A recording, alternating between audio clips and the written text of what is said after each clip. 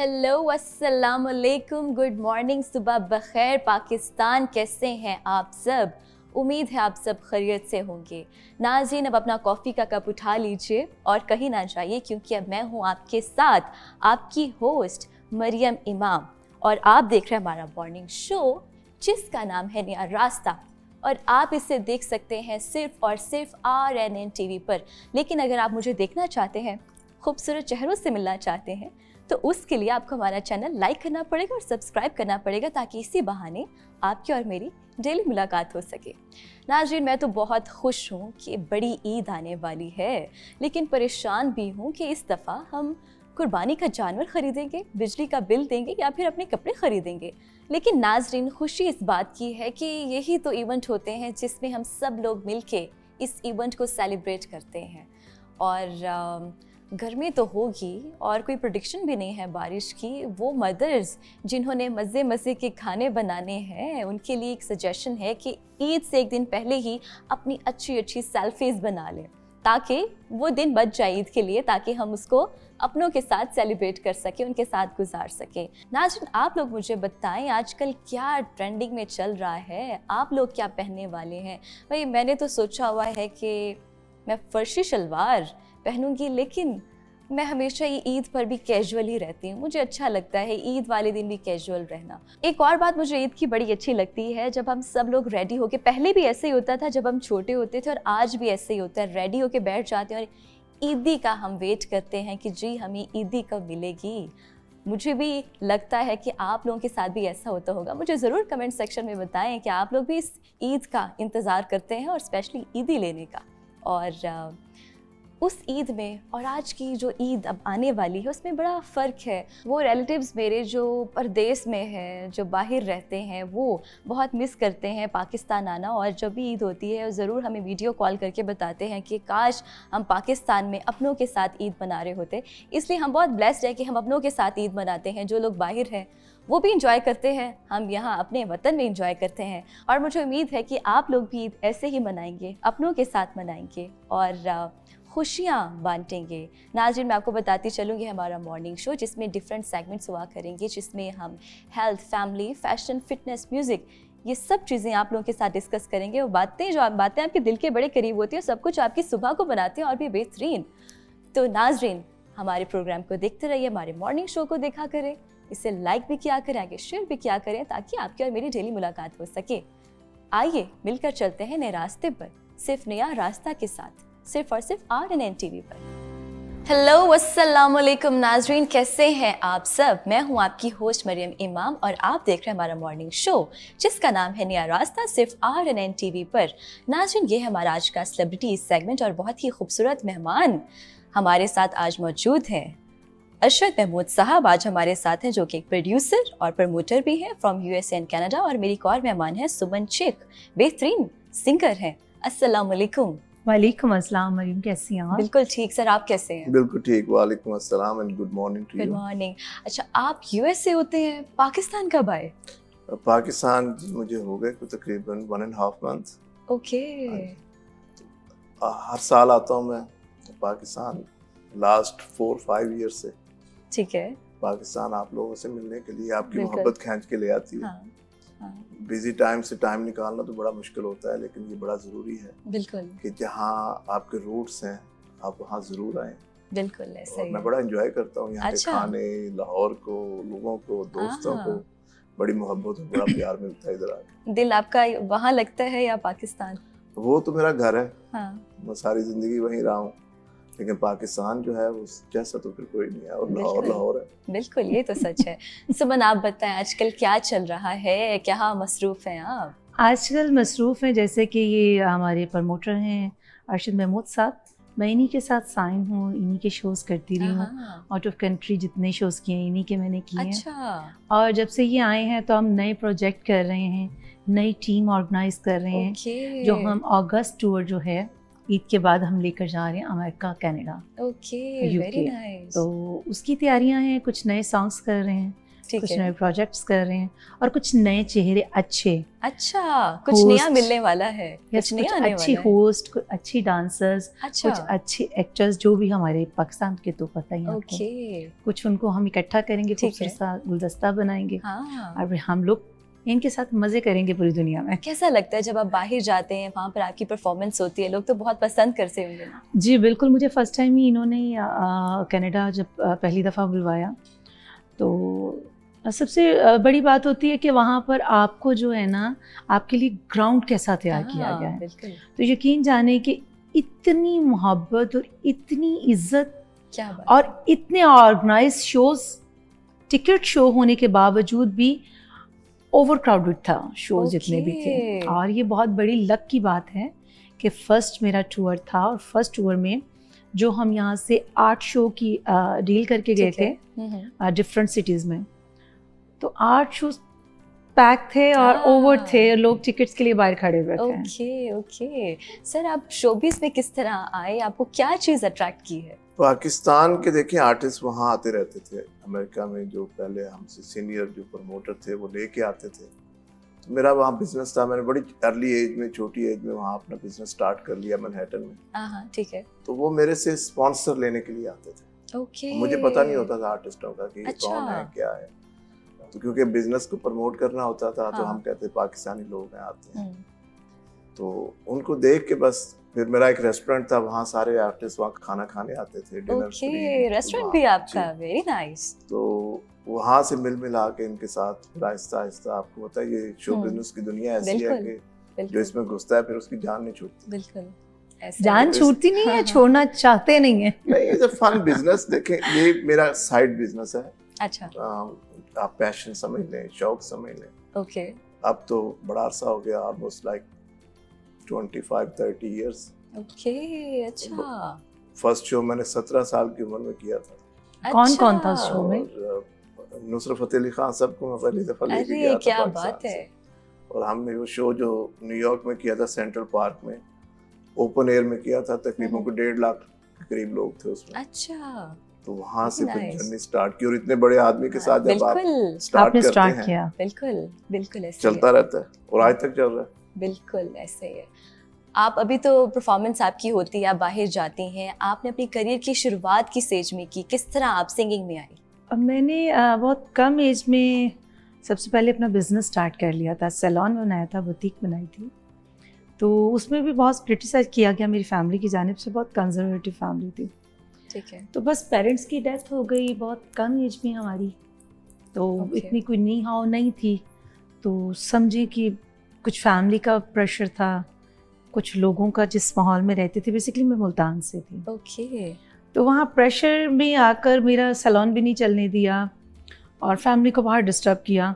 तो यूँ अच्छा। समझे कि मुझे एक बस एक किसी कंपटीशन हुआ, मेरी अखबार में पिक्चर्स आ गई, तो बड़ा उस पर फैमिली ने वावेला किया कि हुण साडी कुड़ियां दियां तस्वीरां अखबारां च आण गियां। अच्छा, तो मेरा मतलब एक पैशन था, मैं एक बड़ा अपने आप को प्राउड फील करती थी, इंडिपेंडेंट। हाँ। तो मेरा बिजनेस बंद हो गया, सब कुछ बंद हो गया, तो मैंने फिर सब छोड़ छाड़, मैंने कहा अब मैं आपको टीवियों पे नजर आऊंगी। ओके, अच्छा, अखबार तो छोड़ो, मैं आपको हाँ। टीवियों में नजर आऊंगी। हाँ। सो ये थोड़ी सी किक मिली। एक दोस्त थी मेरे साथ वॉक कर रही थी, गुनगुनाई, तो उन्होंने वो मुझे तो आपको कहा, मुश्किल नहीं पेश आई जब रिलेटिव्स आपके?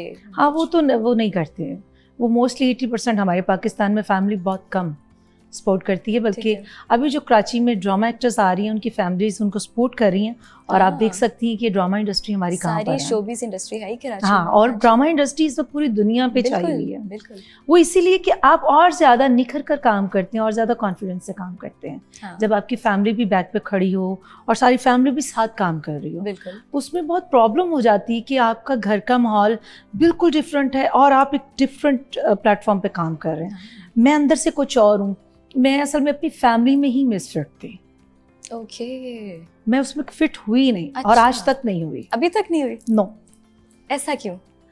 क्योंकि नहीं वो बदल पाए, मैं नहीं बदल पाई उन लोगों को। ठीक है, ओके, सो मैंने अपना शो बिज़नेस को किया, तो मैंने अल्हम्दुलिल्लाह जितना काम किया है, ऐसा कुछ नहीं किया कि जिसमें वो कह सकें कि इसलिए हम रोकते थे। अब ये है, मुझे सुनने को मिलता है, मेरी फैमिली बड़े ठीक है, प्राउड के साथ मेरा नाम लेती है ठीक हर है, जगह ठीक है। लेकिन उन्होंने आग कर दिया इसको। उन्होंने मुझे आग कर दिया, मैंने उन्हें कर दिया। अच्छा सर, आप किस किस सिंगर को अभी तक बाहर लेके गए हैं? कुछ नाम बताएं हमें। मेरा ख्याल है कि पाकिस्तान का कोई भी ऐसा नॉन सिंगर नहीं है ओके, और वेरी नाइस। स्टेज ड्रामा का कोई ऐसा आर्टिस्ट नहीं है लेजेंड से लेके आज तक अच्छा जिसको मैं लेके नहीं गया। अच्छा, ठीक है। आप you can start from Nusrat Fateh Ali Khan sahab से लेके सुमन शेख तक जो आज की आर्टिस्ट है, बिल्कुल। रीमा, नरगिस, दीदार। अच्छा। दीदार में स्टार्ट मेरे उसका फर्स्ट ड्रामा मेरा था न्यूयॉर्क में। इब्रार, मलकूम, वारिस बेग, अबरार ने 10 साल मेरे साथ काम किया, कॉन्ट्रैक्ट में रहा। ओके, रफाकत अली को फर्स्ट टाइम लेके बिल्कुल मैं गया। बिल्कुल। तो हमने बड़े आर्टिस्ट बनाए, लेकिन आर्टिस्ट जो हैं वो बड़े अल्लाह के बंदे हैं। बिल्कुल, हाँ। तो फिर नहीं सही लफ्जों में बताएं ना, ये प्लेटफॉर्म है, बोल दें जो बोलना चाहते हैं, जो दिल की बातें हैं। इनका कहना है कि आर्टिस्टों ने कभी वफा नहीं की असल में प्रमोटर के साथ। असल ऐसा में क्यों? देखें जी, होता ये है कि जब वहाँ आते हैं तो ये हमारे मेहमान हैं, ठीक हम है। लेके जाते हैं, इनको बड़ी इज्जत, प्यार, मोहब्बत और सब कुछ हम्म। देते हैं। लेकिन पाकिस्तान में आके इनका वो एटीट्यूड नहीं होता जो वहाँ होता है, ठीक है, तो थोड़ा डिसअपॉइंट होते हैं हम लोग। ठीक है, हाँ हाँ। लेकिन होने की जरूरत नहीं है, क्योंकि उन बेचारों का कसूर नहीं है, उनके पास टाइम नहीं होता, हो सकता है कुछ के हालात अच्छे ना हो, हाँ। तो वो टाइम नहीं दे पाते। नहीं, आप इनको इतना बड़ा प्लेटफॉर्म देते हैं, वैसे होना तो नहीं चाहिए। देखिए, इंडिया के साथ भी मैंने काम किया है, पाकिस्तान के साथ भी मैंने काम किया, मैंने बड़े कंबाइंड शो किए हैं। इंडिया के दे आर, हम उनको बुरा भला तो बहुत कहते हैं आजकल, पाकिस्तान में भी और बाहर भी वो हमें कहते हैं, हाँ, लेकिन they are more professional. Yes, that's why वो आज जिस स्टेज पर है वो हमसे बहुत बेहतर है। यस, तो बिल्कुल, हमें थोड़ा हाँ। प्रोफेशनल होना पड़ेगा। अच्छा, उसमें आप कह सकते हैं तालीम की भी कमी है, ठीक है, हमारे तालीम आर्टिस्ट की इतने कमी, ज्यादा हाँ, पढ़े लिखे भी नहीं ठीक होते, है, हाँ, तो शायद उनको पता ही ना हो कि मैनर्स क्या होते हैं, क्या चीजें हैं, किस तरह मिलना है। तो ओके। हमारा वहाँ एटीट्यूड डिफरेंट होता है, यहाँ इनका डिफरेंट होता है, तो उनका अच्छा। नहीं कसूर। मैं उनको आपको सबसे ज्यादा क्या चीज डिसअपॉइंट की है? किस सिंगर ने आपको डिसअपॉइंट किया अभी तक? देखिए, पाकिस्तान जब मैं आता हूँ, मैं अपनी स्पेशली बात करूँ, हमें कुछ नहीं चाहिए होता, हम सिर्फ प्यार के लिए आते हैं। और प्यार यही है कि आप मिलने बैठ जाएं, फोन पे बात कर लें। वहाँ बैठ के तो फोन पे बातें होती हैं, बिल्कुल, लेकिन यहाँ अगर किसी बंदे के पास 5 मिनट भी नहीं है, जिसने आप पे इतना एहसान किया, फर्स्ट टाइम आपको लेके गया, हाँ, वो भी नहीं चाहिए। लेकिन कम से कम कभी ये कहीं बैठ के ये भी नहीं कहते कि ये बंदे के साथ हम गए थे। सामने आओ तो कहते हैं ये सबको, भाईजान क्या बात है जी, ओ। लेकिन बाद में कोई पूछेगा वो अरशद साहब आए, मैं कौन अरशद साहब? नहीं, मैं नहीं जानता। अच्छा, तो ऐसा भी होता है, हाँ, ऐसा भी बिल्कुल होता है, ऐसे okay। हालात हैं, तो इससे थोड़ा डिसअपॉइंट बनता तो आप किस सिंगर को पसंद करते हैं? हूं। मैं सबको ही करता हूँ जो अच्छा सबको? गाता है। अच्छा, मैं अच्छा सुनने वाला हूँ, गाना मुझे आता नहीं है, ठीक है। लेकिन मुझे सुर का पता है, जो अच्छे गाते हैं। आप सब सिंगर्स को लेके जाते हैं, लेकिन खुद आपकी आवाज में वो सुर नहीं है, आप नहीं गा सकते। मेरा काम नहीं है ना, हमारा काम है बैक प्रमोट स्टेज करना प्रोड्यूसर का, बिल्कुल इनको बिल्कुल, लेके बिल्कुल, आना। वो बिल्कुल जिसका काम कहते हैं ना, जो हो वो उसी को अच्छा लगता है। बिल्कुल। आप बताएं सुमन, आजकल क्या चल रहा है, अपकमिंग क्या आने वाला है, और मुझे ये बताएं कि हमें कैसे पता चलेगा कि आप अच्छी सिंगर हैं जब तक आप हमें कुछ सुनाएंगी नहीं। ये आप भी बात बाहर सही है। परफॉर्म करती हैं, यहाँ पाकिस्तान में हमारे इस प्लेटफॉर्म में भी कुछ गाएं। जी बिल्कुल, ये प्लेटफॉर्म भी हमारा ही है, यहाँ की टीम भी हमारी है, हमेशा प्यार मिला है। मैं बिल्कुल। सेकंड टाइम आई हूँ, रमज़ान में आई थी, बहुत प्यार मिला, और आज आपके साथ फर्स्ट शो करके और भी ज़्यादा अच्छा लग रहा है मुझे। Thank you so much. जो न मिल सके वही बेवफा, जो न मिल सके वही बेवफा, ये बड़ी अजीब सी बात है। जो चला गया मुझे छोड़कर, वही आज तक मेरे साथ है। जो न मिल सके वही बेवफा, ये बड़ी अजीब सी बात है। जो चला गया मुझे छोड़कर, वही आज तक मेरे साथ है। जो न मिल सके हुई बेवफा। क्या बात। एक्सीलेंट एक्सीलेंट, बहुत आला, आपकी आवाज़ में बड़ा एक जादू है, बड़ी Thank you. अच्छी आवाज़ है आपकी। इनमें भी जादू है, अच्छा इसलिए तो पाकिस्तान आते हैं। बिल्कुल सर, आपका मोस्ट मेमोरेबल एक्सपीरियंस क्या था? कोई मोमेंट हमारे साथ शेयर करें जब आप बाहर गए हो, कोई ऐसा वाकया, कोई यादगार बाहर गए वाकया। हो या शो बिजनेस के हवाले से? हाँ जी, कोई शोबिस के रिलेटेड जब आपने कोई किसी को performance बुलाया आप देख रहे हो। मैंने एक शो किया था जी 2003 में, वेरी राइट आफ्टर 9/11 के। अच्छा। पहला पाकिस्तानी शो था। 9/11 के बाद बड़े माहौल बड़ा टेंस था, तो अबरार का शो था। उसमें अबरार था, मेरा अरशद थी, वारिस बेग था, दीदार थी, ठीक है, नगमाना जाफरी थी। ओके। तो हमने वो शो अनाउंस किया बड़े डरते डरते, पता नहीं लोग आए ना आए, बड़े डरे हुए थे। आपको पता है, आप तो पैदा भी नहीं हुई होंगी तब। हाँ जी। 9/11 के हालात बड़े ख़राब थे। तो वो हुआ ये कि हम जिस हॉल में शो करते थे उसी में किया। ठीक है, तो वहाँ इतनी दुनिया आ गई कि जितने लोग अंदर थे उतने बाहर थे, अच्छा, क्या बात है। तो फुल सोल्ड आउट हो गया। तो 5 मिनट के बाद मुझे पता चला कि बाहर हेलीकॉप्टर आ गए हैं, एम्बुलेंसें आ गई हैं। हाँ, वहाँ पे पूरा कॉर्डन ऑफ कर दिया पुलिस ने आके। हाँ, ओके, तो जितने भी अंदर हॉल में लोग बैठे हुए थे उनमें 50% इनलीगल थे। वो बेचारे डर गए कि छापा पड़ गया। अच्छा, तो पुलिस आई, उन्होंने कहा जी आपका शो बड़ा ओवर क्राउडेड है। हमें लगा ऐसे कि कोई यहाँ आपका रिलीजियस हाँ, फंक्शन हो रहा हाँ, है। हाँ, तो जब वो अंदर आए, कमिश्नर तक, न्यूयॉर्क का कमिश्नर भी वहाँ आया था, तो उसने मुझे आके कहा कि you have to stop your show because is overcrowded. अच्छा, बाहर पब्लिक को बड़ा मसला हो रहा है। अच्छा। तो व्हाट्स गोइंग ऑन, ये कोई आपका रिलीजियस। तो कैसा फील हुआ सर आपको फिर? आप स्टोरी सुने, बहुत मजे की है। मैं पहले तो बड़ा डरा, हाँ, यार ये क्या हो गया। लेकिन उसने कहा कि मैंने उसको हाथ से पकड़ा, मैंने कहा स्टेज पे ले गया। तो स्टेज पे हमारा अरशद गा रही थी, तो मैंने उसको बोला कि मैंने कहा कि मुझे कहता you have to stop the show. मैंने कहा कि जी मैं स्टॉप तो कर दूंगा, लेकिन मेरा मेन आर्टिस्ट अभी तक नहीं आया, अबरार। अबरार की आदत थी वो होटल से नहीं निकलता था, जब वो लास्ट पे हुआ था मुझे पिक कर लेना। तो अब उन्होंने सारे रास्ते बंद कर दिए। तो मैंने कहा जी जब तक वो नहीं आएगा ये शो बंद नहीं करूँगा। आप मुझे साइन करके लिख के दो कि ये जो पब्लिक बैठी है मुझे मारेगी नहीं, ओके, क्योंकि ये उसी को सुनने आए। अच्छा, तो उसने कहा अच्छा ये तो मैं लिख के नहीं दे सकता, वहाँ तो लॉ आपको पता है। यस, मैंने कहा क्योंकि मैंने टिकट इनको बेची है, तो ये मेरे से टिकट वापस लेंगे जाके, तो मुझे तो बड़ा नुकसान होगा। तो उसने कहा कहाँ तुम्हारा आर्टिस्ट? मैंने कहा फलां जगह पे बैठा हुआ है, वो फंसा हुआ है, उसको आने नहीं दिया। उसने उसी टाइम वॉकी टॉकी बोला कि इसको स्कॉट करके लेके आओ, बट एक परमिशन एक गाने की है बस, ठीक है, खत्म। अच्छा, तो जब वो स्टेज पे चढ़ा तो उसने पहला गाना जब शुरू किया तो कमिश्नर भी नाच रहा था, पब्लिक भी नाच रही थी। अच्छा। तो अबरार ने 1 घंटा परफॉर्म किया। हाँ, तो इब्राहिम जब के हमने गाने शो ऐसे खत्म होते करके हैं कि बाहर हाँ जी, निकले तो लिटरली CNN से लेके उनके सब चैनल के बाहर वैन खड़ी Coverage थी, थी। अच्छा, और ऊपर हेलीकॉप्टर था। हो, तो जो लोग छुपे हुए थे उन्होंने एक एक करके सबको बाहर निकाले कि हम कुछ कहने नहीं आए, हाँ, बस आपकी सेफ्टी के लिए आए हैं। वेरी तो ये उनकी ग्रेटनेस थी, और वो एक बड़ा वेरी Highlight हुआ प्राउड था। मोमेंट था। Very nice. और वो भी तो जो आपने गोरों के साथ नुसरत फतेह अली खान साहब का जो करवाया था, वो तो सबको पता सबको कि पता है वो, लेकिन उन खान लोगों साहब को ये नहीं पता कि वो आपने करवाया था। म्यूजिक जो था हमें वो बताएं सारा। सर, प्लीज शेयर करें हमारे साथ। पीटर गैब्रियल के साथ रेडियो सिटी हॉल में उन्होंने लाइव अच्छा। परफॉर्म किया था। और पीटर गैब्रियल वो बंदा था जिन्होंने खान साहब को ब्रेक थ्रू दिया था, जो फिल्म इंग्लिश फिल्म में जो म्यूजिक हॉलीवुड का। हॉलीवुड में जिसमें वो ओके, यस, यहाँ से उन्होंने पॉपुलैरिटी उनकी जर्नी शुरू हुई थी। Very nice. तो ये छोटे छोटे काम हाँ। है बस, हाँ, अब तो याद भी नहीं, बड़ा अरसा हो गया। बिल्कुल। आप प्रोड्यूसर हैं सर, माशाल्लाह।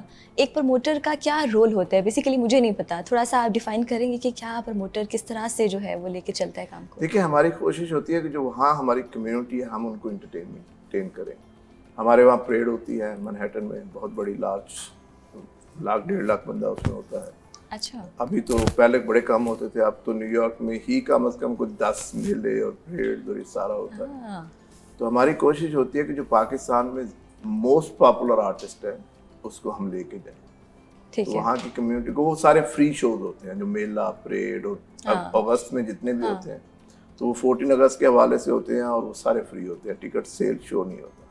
अच्छा, तो उसमें बड़ा लार्ज क्राउड आता है। ठीक है, तो ऐसे ही है जैसे आपको यहाँ फोर्ट स्टेडियम हाँ। को आर्मी ने शो कर दिया तो भर जाता है वो। तो वो आर्टिस्ट के लिए भी एक बहुत बड़ा ब्रेक थ्रू होता है, जो वहाँ से हिट होके आता है वो यहाँ भी हिट हो जाता है। हाँ, यस तो हमारी यही कोशिश होती है नए टैलेंट को लेके जाएं, नए लोगों को प्रमोट करें। मैंने पाकिस्तान का कोई ऐसा आर्टिस्ट नहीं है जिसको उनके कोरे पासपोर्टों में वीजा लगवाए हैं। हाँ, क्या फिर बात उसके है। बाद उनकी जर्नी शुरू हुई। Very nice, very nice. कभी खान साहब से ले लें, अलग बड़े सीनियर हैं, वो गए सुहेल अहमद। आपने एक ड्रामा भी तो बनाया था ना, वहाँ पे प्रोड्यूस किया था। हाँ, एक टीवी के लिए किया था, पीटीवी के अच्छा, लिए। ये बात भी है, हमें बताएं सर। पीटीवी के लिए किया था, उसका नाम था बादलों पे बसेरा। बादलों पे बसेरा। अच्छा, बहुत बड़ी पीटीवी खास पे, है। ओके। है यूट्यूब पे मैंने देखा है। कवि साहब थे उसमें, ख्याम सरहदी थे, बुशरा अंसारी थी, ठीक है। नबील, मारिया मारिया वास वास्ती, अच्छा, हाँ, मजहर अली। ओके, तो अब हम इसे कहाँ देख सकते हैं? ये YouTube पे है। YouTube पे। पीटीवी का बड़ा पॉपुलर ड्रामा था। ओके। और ये हाफ न्यूयॉर्क में हुआ था, हाफ पाकिस्तान। और ये आपने कब प्रोड्यूस किया था? ये आई थिंक 2004-5 का है। अच्छा, ओके। काफी पुराना है। और इस बड़ा चला था यहाँ मेरा पीटीवी में, तो 5-6 दफा चला, ठीक है। लेकिन उसकी मुझे आज तक एक पैसे की भी रियलिटी नहीं मिली। अच्छा, मेरा नाम भी नहीं है उसमें। ओके, ऐसा क्यों? वो मुझे पता ही नहीं होता था कि क्या करते हैं। वो यहाँ से कुछ जो भी जाता था, वो कहता था सर ये आप वीजे लगवा दें, हाँ, और हमने ये करना है, ये करना है। फैसिलिटेट कर देता था, ठीक है। पैसे भी ले लेते थे, नाम वो अपना लिखते थे, पैसे। यहाँ मुझे ये नहीं पता था कि पाकिस्तान ये ड्रामा बिकता है, वहाँ पैसे मिलते हैं। अच्छा। मैं तो कहा मैं बनवा रहा हूँ, मेरा यहाँ बल्ले बल्ले हो रही है। आर्टिस्ट आए हुए मेरे पास, मैं इसी खुशी में सब उनके साथ कर रहा होता था। हाँ, ये तो अभी मैं आना शुरू हुआ, मुझे पता चला कि यहाँ तो बड़ा पैसा है इस काम में। बिल्कुल ऐसा ही है। तो ये दुख है कुछ छोटे छोटे। ये लतीफे चलते रहे, चलते रहती है, तो लाइफ के साथ चलती रहती है। एक्सपीरियंस तो फिर ऐसे ही आता है। बिल्कुल ऐसा ही है, ऐसा ही है। अब आजकल आगे ईद आने वाली है, आप माशाल्लाह बड़ी प्यारी लग रही हैं आप। थैंक यू सो आपका मच। जो ड्रेस आपने पहना हुआ है बड़ा आपको ट्रेडिशनल अच्छा सा लग रहा है। पहना हुआ ट्रेडिशनल, है। यस, ईस्टर्न वैसे भी हमें सूट करता है, अच्छा Yes. लगता है। ईद की कैसी तैयारियां हैं आपकी? ईद की, क्योंकि ईद कुर्बा है तो ईद की तैयारियां यही हैं। अब तो स्टिल जो शोज़ चल रहे हैं, हाँ, रिकॉर्डिंग्स चल रही हैं ईद की। और चांद रात को मैंने जो है वो अपने कुर्बानी के जानवर खरीदने होते हैं। अच्छा, चांद रात को। हाँ, उसके टेक केयर करने के लिए बहुत प्रॉब्लम चांद होती है रात मुझे। हो गई है, ईद वाली रात, ये बड़ी ईद है। हाँ, ये भी बात है, चांद रात, ये बड़ी ईद की एक दिन पहले, कुर्बानी से एक दिन पहले मैं जानवर परचेज ठीक है। करती और हूँ। आप क्या लेते हैं कुर्बानी में, क्या करते मैं हैं? मोस्टली बहड़ी लेती हूँ, अच्छा, और साथ कभी बकरा ले लेती हूँ, कभी नहीं लेती। अच्छा, ओके, और ये ओके। बाय द वे मेरी पहली बड़ी ईद है पाकिस्तान में। अच्छा, बाहर ही आप करते हाँ हैं? जी, बाहर ही करता हूँ। अच्छा, तो इस लास्ट दफा हमने कनाडा की थी इनके साथ। इस दफा क्या नया आने वाला है इस ईद पर?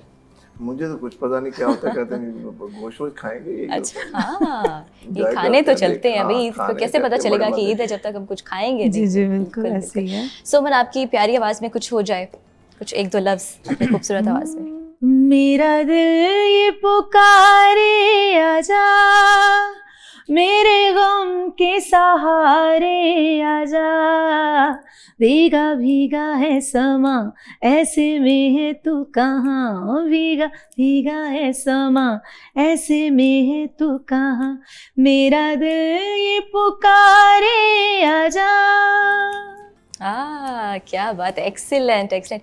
ई से रिलेटेड आपने बड़ा अच्छा गाना गाया है, बड़ा अच्छा चूज किया है जी आपने बिल्कुल। गाना। आजकल तो मेरा ज़्यादा वो पंजाबी सॉन्ग आजा वे माई तेनू लौरवा खावा बड़ा पसंद किया जा रहा है। तो सुनाए ना। वो सुनाती ना। हाँ।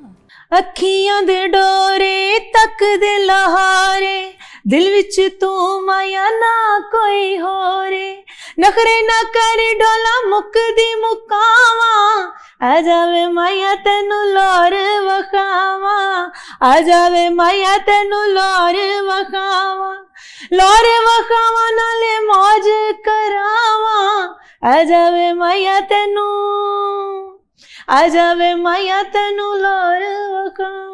हाँ, क्या बात, very nice very nice. Sir, आप कितने लकी है ना, जब आपका दिल करता हो आप गाने सुन लेते हैं। नहीं, मैं तो रोज रात को घर में महफिल लगा के बैठा होता हूँ। अच्छा, हाँ, आर्टिस्ट आ रहे होते हैं, हम कभी मेरी तरफ audition- होती है, गैदरिंग होती है, कभी अच्छा। किसी और आर्टिस्ट की तरफ होती है, अच्छा, कभी हमारी अच्छे जो Very हमारे क्लासिकल या अच्छे डांसर्स हैं बिल्कुल। उनकी महफिल होती है, अच्छा। कभी अच्छे कॉमेडियंस की होती है, क्या बात कभी है। सिंगर्स की होती है। क्या बात है। तो इसी तरह हमारी तो आपका जब जो ये आ जाते week- हैं तो फिर हमारी जो हर दिन ईद, हाँ। हर रात चांद रात होती है। हाँ, क्या बात है, बड़ी खूबसूरत बात आपने की है। जी बिल्कुल। हर ऐसे। दिन जो है ईद होती है, हर दिन जो है वो हर रात चांद रात होती है। Very nice very nice. Sir, आपके नेक्स्ट प्रोजेक्ट कब आ रहे हैं, क्या काम होने वाला है, क्या हम देखेंगे आगे न्यू?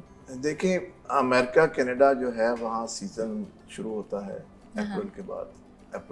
अभी मई जा रहा है, जी जी। अप्रैल में बर्फें खत्म होती हैं, 6-7 महीने तो हम बर्फों के अंदर रहते हैं।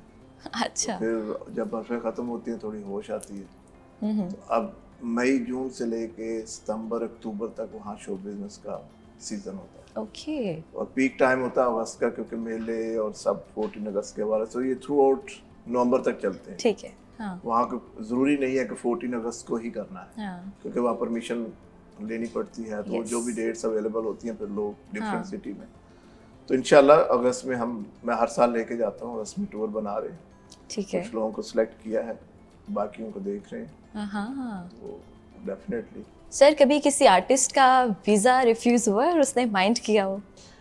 देखिए ये बड़ी, मेरा ख्याल है कि मेरे लिए मैं बड़ा लकी हूँ और बड़े एजाज़ की बात है कि मैंने पाकिस्तान को तकरीबन 200+ अमेरिकन लोग अमेरिका के वीज़े लगवाए, हाँ। और म्यूजिशियन से लेके एक नए आर्टिस्ट तक के लगवाए, और ओके। किसी का आज तक अमेरिका का वीज़ा रिफ्यूज़ नहीं हुआ। अच्छा, वेरी नाइस। और अभी कनाडा के भी लगवाए काफ़ी लोगों के। हाँ, कुछ ऐसा होता है कि आप गलत बयानी अगर करेंगे तो वो डेफिनेटली पूरी टीम पे इम्पैक्ट होता है। हाँ कि जैसे आप कहें कि मेरा ये पासपोर्ट है, मेरा कभी पहले वीज़ा रिफ्यूज़ नहीं हुआ, हाँ। तो हमने तो एप्लीकेशन में लिख देना नहीं हुआ। ठीक है। जब एम्बेसी में जाएगी तो उनके पास तो पूरा रिकॉर्ड पुल आउट करते हैं, फिर वो पूरी टीम को पैक करके वापस भेज देते हैं। अच्छा। वो रिफ्यूज़ नहीं होता। ठीक है। वो कहते हैं जी ये आपका पेपर वर्क ठीक नहीं है, ये मसला है, ये प्रॉब्लम है, इसको सॉर्ट आउट करें ठीक है। और दोबारा सबमिट करें। Very तो nice. आर्टिस्ट तो आपको पता ही है, हर चीज़ ही माइंड कर जाता है अगर करने पे आए। हाँ ये बात तो तो है। वीज़ा कोई इतना ये है। बड़ा इशू नहीं होता। अगर बल्कि आप इसी ठीक पे है, मरियम paperwork- आपको बताती हूँ, मेरा जो टूर था इसमें एक म्यूजिशियन का वीज़ा मैंने लगवाया और बिल्कुल वो कनाडा पहली दफ़ा मतलब उसका वीज़ा और लग गया। अच्छा। लग गया तो हम लोगों ने जब हमारी फ़्लाइट थी ना, अनफॉर्चुनेटली हमारा थोड़ा सा इशू था, हमने प्रोटेक्टर नहीं लगवाया था, हमें किसी ने बताया नहीं। ओके। क्योंकि वर्क वीज़ा था हाँ। तो हमें फ़्लाइट से उतार दिया गया, और कोविड के बाद नई नई फ़्लाइट्स थी, अच्छा। 10-10 लाख की एक टिकट थी। तो एट अ टाइम 2 दिन बाद मेरा शो था और हमने इनको जब कहा कि हम एयरपोर्ट पे, और हमें तो ऑफलोड कर दिया इन्होंने। हाँ। तो इन्होंने बड़ा कहते क्या करना है, मैंने कहा क्या करें अब। तो इन्होंने कहा अभी आप जो 2 सिंगर्स हैं ना, ठीक है। दोनों वीज़ा लो, म्यूजिशियन को जो है ना हम लोग जो है ना मिड में बुला लेंगे, ये तब तक अपना प्रोटेक्टर लगवा लेगा। तो आप यकीन करें हम लोग तो वेरी सेकंड डे ही हम लोग फिर मूव कर गए, हाँ। चले गए और फ्लाई कर गए। तो हमें ज़रूरत, जब वहाँ जाके पता चला वहाँ सब कुछ अवेलेबल था, म्यूजिशियन भी थे, ईच एंड एवरीथिंग। हमने 8-10 शो कर लिए। तो मेरे दिल में थी कि मेरा एक म्यूजिशियन है, मैंने अगर वीज़ा लगवाया तो उसको बुलवा लूँ। मेरा वहाँ स्टे हो गया ज़रा लंबा, क्योंकि और शोज़ इंडियंस के भी मिल गए। हाँ। तो मैंने इनको कहा कि मैंने कहा अच्छा ऐसा करें, आप बुला लें उसको ना, कोई बात नहीं है। ठीक है। तो मैंने उसको फ़ोन किया, मैंने कहा जी भाई, ठीक। मैंने कहा अब आप करें, आप ये नाराज़ ना हो, मैंने शो कर लिए, हाँ हाँ। मैं आपको बुला रही हूँ, आपको पूरे महीने के लिए बुला रही हूँ और अब आप आ जाए। ज़रा मैंने फिर पेमेंट जड़ी है ना पहले भेज दियो, ते ज़रा मेरे को टाइम नहीं है, मैंने ज़रा घर खर्चा भी पाना वो भी भेज देना, हाँ। छोटे बच्चे के कपड़े भी लैके देने, ज़रा ओदे भी पैसे भेज देना। कहते कर ले हुण तू गल। अच्छा। यकीन जाने कोई शो के बगैर मैं उनको बुलाने लगी, उन्होंने पेमेंट भी मांग लिया, घर के खर्चे भी मांग लिए, बच्चों के कपड़े भी मांग लिए और सब कुछ। मैं कहा मैं तो यार आप पे एहसान कर रही हूँ, शो भी नहीं है, मैंने ये था कि चले आप आ जाएं, वीज़ा लगा है तो आप आ जाएं। हाँ। अगर हम लोग 9-10 लाख की टिकट दे के आपको बुला रहे हैं तो एटलीस्ट आपको पेमेंट नहीं देंगे। बिल्कुल बिल्कुल। तो ये चीज़ भी नहीं उन्होंने सोची, उन्होंने कहा नहीं बुलाना। अच्छा। इन्हें बैठा रहने दो। Okay okay. सर हमारी इस फील्ड में जो यंगस्टर्स जो सिंगर आना चाहते हैं उनके लिए कोई मैसेज? नहीं, बिल्कुल आना चाहिए, लेकिन अगर वो अच्छा गाते हैं ठीक और है। उनके अंदर सुर है, उनको पता है, तो डेफिनेटली ये सारे नहीं हैं, सभी आए हैं, जो आतफ से लेके नीचे तक सब आए हैं। हाँ। ये सब वो लोग हैं जो हमारे पास फ्री शो करने आते हैं। ठीक है। आप यू नेम इट। हाँ। जब नए नए थे तो इनको हम 50-50 हज़ार रुपये पे लेके आते हैं, आज इनको पूछे कहते हैं 2.5 करोड़ 3 करोड़। तो ये भी नहीं आए थे ना, ये कोई प्रोफेशनल सिंगर तो नहीं है। बिल्कुल। तो अब नए लोग आएंगे हाँ। तो काम चलता सर जो हम जेंजी है ना, जो यंगस्टर स्पेशली जिनको ये प्लेटफॉर्म नहीं मिलता, उनके लिए क्या हल होना चाहिए? या बेसिकली कोई एकेडमी नहीं, सिस्टम नहीं है, आपने खुद ही करना है। तो जब तक आपके पास आप फाइनेंशियल स्ट्रांग नहीं है, अब ये मेरे साथ बैठी है, इसके 102 या 3 गाने यूट्यूब पे पड़े हुए हैं, खुद ही प्रोड्यूस किए, खुद 128 आई थिंक, ऐसा। ठीक है। तो मेरा नहीं ख्याल कि एक सिंगल गाना भी किसी ने इसको स्पॉन्सर किया होगा, इसने जेब से लगाए। ओके। तेल लगा रही है। तो कैसे आप बड़ी प्रोडक्शन कैसे करना मरियम हम पड़ता है कर सकेंगे? बिल्कुल। अच्छी प्रोडक्शन जैसे कि जी जो गाने मैडम के मैंने भी गुनगुनाए हैं या लता जी का गुनगुनाया है, तो इसके पीछे एक बहुत बड़ी कास्ट है इस पे लगी हुई। बिल्कुल। इसमें बहुत बड़ा म्यूजिक बजा हुआ है, जी। उसके लिए इतनी हैवी बजट है और हमारे शोज भी इतने अच्छे नहीं हैं। हाँ। पाकिस्तान में वे भी इतना अच्छा नहीं कर रहे शोज का कि हम लोग नए शो से आर्टिस्ट ऐड को करें। खासकर बिल्कुल ये इग्नोर करते हैं। ये क्या ये बात सच है कि प्लेबैक सिंगर्स को पैसे नहीं मिलते? ये भी सच है। देखिए प्लेबैक सिंगर, देखिए कंपनी देती होगी, ये भी मैं आपको कर दूं, कंपनी देती होगी प्लेबैक जो जैसे ओएसटी वगैरह, लेकिन क्योंकि हर आर्टिस्ट, मैं भी सिंगर हूँ तो कोशिश होगी कि मैं ओएसटी कर लूँ, मेरे क्रेडिट पे आ जाए। बट मुझे कोई स्टूडियो वाला या कोई इधर से उठकर प्रोडक्शन से मुझे जब कोई अप्रोच करेगा ना, वो पैसे ले लेगा, मुझे नहीं देगा। तो मेरे लिए इतना भी बहुत है ओएसटी पे मेरा गाना आ जाए, गाना हिट हो गया तो फिर आगे और काम मिलेगा। सो ओएसटी के इसलिए भी पैसे नहीं मिलते। जो बड़े आर्टिस्ट है जो पहले से नॉन है, वो लोग तो डायरेक्ट डील करते हैं, उनके अपने मैनेजर्स हैं, वही डीलिंग करते हैं। तो हम अपने दोस्ती में भी कर देते हैं। टीवी चैनल्स के प्रोड्यूसर्स भी हमें कहते हैं, हम कहते हैं सर आज तो हम कर देंगे। बिल्कुल। तो हम इसलिए भी हम लोग जो है ना, वही बात नॉन प्रोफेशनल है। अगर आप आर्टिस्ट को पे करके उससे काम करवाएंगे तो वो अपना 110 देगा। हाँ, ये तो सच वो है। ज़्यादा बेस्ट देगा अपना, वो और ज़्यादा तैयारी कर। अभी जैसे मैंने आपको गुनगुना दिए गाने, अगर कोई और प्लेटफॉर्म होता और मुझे कहते कि आप गाएं, तो मैं अपने सब टीम को लेकर आती, बजट के साथ लेकर आती, और ये गाने कुछ और होने थे। हाँ बिल्कुल। सर कौन से ऐसे पाकिस्तानी सिंगर्स हैं जिनकी टिकट ज़्यादा बिकती है? देखिए पाकिस्तान से कोई भी चला जाए, वहाँ हमने बेचना है। क्योंकि हमारी कम्युनिटी, हमें पता है कौन लोग हैं वहाँ। छोटी कम्युनिटी है भैया, पाकिस्तान की तरह। पाकिस्तान 25 करोड़ का है, वहाँ किसी में 2 लाख बंदा है, किसी में, उनमें शौकीन थोड़े ही हैं, चंद होते हैं। जो नए बच्चे हैं उनको तो पता ही कुछ नहीं है कि आतिफ असलम कौन है, राहत फतेह अली कौन है। मेरे बच्चे हैं, उनको बिल्कुल कुछ पता नहीं है। तो हमने ऑर्गेनाइज करना होता है, हमें पता है कि एक हॉल कितने का है, हमने उसको भरना है बस। यस। तो हम जिसको भी यहाँ से ले जाएंगे, हमने उसको पूरा वहाँ पे बताना कि यही सिंगर है, वो हमारी इज्जत होती है। हाँ ये बात तो है, ये सच है। सारी बात है, जो बड़े आर्टिस्ट जैसे राहत है, आतिफ है, इसको हर प्रमोटर और हर बंदा अफोर्ड नहीं कर सकता। हाँ जी। तो ये रोज तो नहीं जाएंगे, तो बाकी भी लोग जाएंगे। तो सारी बात है, अगर उनका 3000-4000 का क्राउड है, तो बाकियों का भी 1000-1500 का वहाँ है, लेकिन वो टिकट लेके आते हैं, ये सबसे अच्छी बात है। तो हम इतना पुल अप कर लेते हैं। Very nice, very nice. Sir आखिर में कुछ कहना चाहेंगे पाकिस्तान के बारे में? पाकिस्तान बहुत अच्छा है, आप लोग सब बहुत अच्छे हैं, और अल्लाह करे ये ऐसे ही रहे, और अच्छा आप काम करते रहे, और हम आपको बुलाते रहे। क्या न्यू आना चाहिए इसमें, कुछ नया चेंज क्या चाहते हैं आप? थोड़ी सीख कर आना चाहिए, प्रोफेशनल थोड़ा ज्यादा हो जाए तो बेहतर है, प्रोफेशनल हो जाए। और ठीक है, बाहर के लोगों को अपने साथ लेके चलें, यहाँ से थोड़ा सा निकले। ठीक है, यही है। ठीक है, very nice, very nice. Sir thank you so much for your time. Soman बहुत शुक्रिया आपका, आप लोगों ने हमें अपना कीमती वक्त दिया, आपने हमें ज्वाइन किया, बहुत अच्छा लगा आपसे मिलके। मुझे बड़ा अच्छा लगता है जब आप जैसे मेहमान हमारे शो में आते हैं और हमें कुछ सीखने को मिलता है, बड़ी मज़े की बातें होती हैं। नाज़रीन आई होप आप लोगों ने भी इंजॉय किया होगा। मिस सोमन जाते जाते हमें क्या सुनाएंगी? मैंने कहा पंजाबी भी हो गया, उर्दू भी हो गया, तो सराइकी बेल्ट जो कि आजकल ज़्यादा पसंद किया जाता है पाकिस्तान में, तो वो कैसे पीछे रह जाए। जख्मी जे तेरे दिल ते उल्फत दे मरम लावा, लगे ना तत्ती वावे, मंगदी हाँ मैं दुआवा। मैं बेवफा नहीं हाँ, मैं बेवफा नहीं हाँ, ना वादा तोड़े आए, गैरां दे आखे लग के, ना तेनू छोड़े आए, गैरां दे आखे लग के, ना तेनू छोड़े आए। किस्मत दे हेरा फेरा, किस्मत दे हेरा फेरा, सानू विछोड़े आए, गैरां दे आखे लग के, ना तेनू छोड़े आए, ना तेनू छोड़े आए। हाँ, एक्सीलेंट एक्सीलेंट एक्सीलेंट, क्या बात क्या बात। नाज़रीन, आपसे मुलाकात होगी अगले सेगमेंट में। अपना बहुत सारा ख्याल रखिए। टिल देन, अल्लाह हाफिज़।